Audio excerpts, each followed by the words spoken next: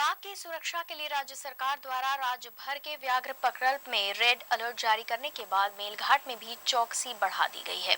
हाल ही में मेलघाट प्रकल्प के परिसर में वन विभाग के कर्मचारियों और शिकारियों में मुठभेड़ हुई थी, लेकिन कर्मचारियों के पास हथियार नहीं होने से शिकारी भाग निकले।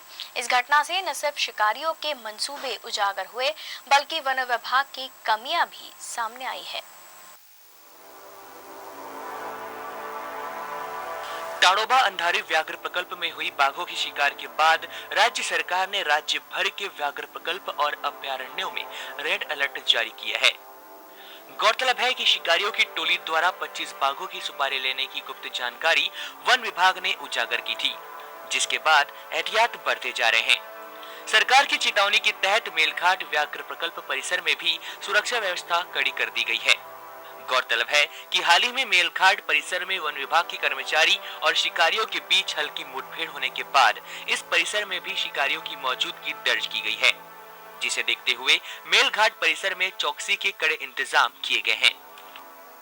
पैदल भी पेट्रोलिंग हो रहे हैं और जितने भी हमारे लगभग 400 नैसर्गिक और कृत्रिम पानवठे हैं, वहाँ पर रोज हमारे गार्ड जाकर के वहाँ पानियों का जो परीक्षण करते हैं ताकि उसमें कोई विष तो नहीं मिला है, उसका लिटमस पेपर द्वारा टेस्ट किया जाता है, आजू बाजू के परिसर को देखा जाता है और उस पे जो है सो हम लोग का पूरी उस पर नज़र रहती है ताकि वन्य प्राणियों को पानी जो भी पानवठा है वो कोई भी दूषित या उसमें न हो।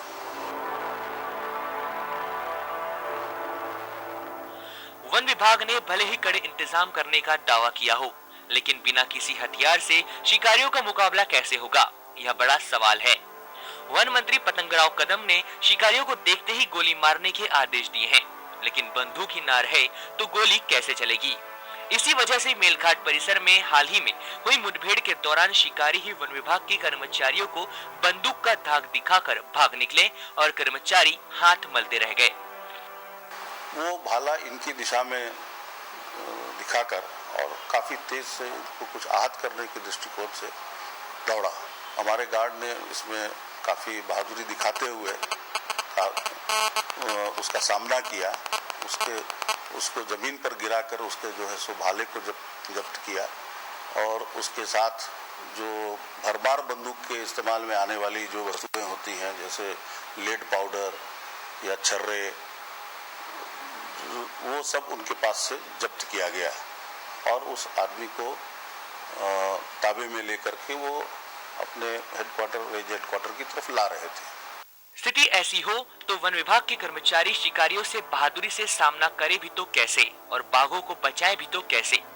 देश के पहले 10 व्याघ्र प्रकल्पों में मेलघाट प्रकल्प भी शामिल है।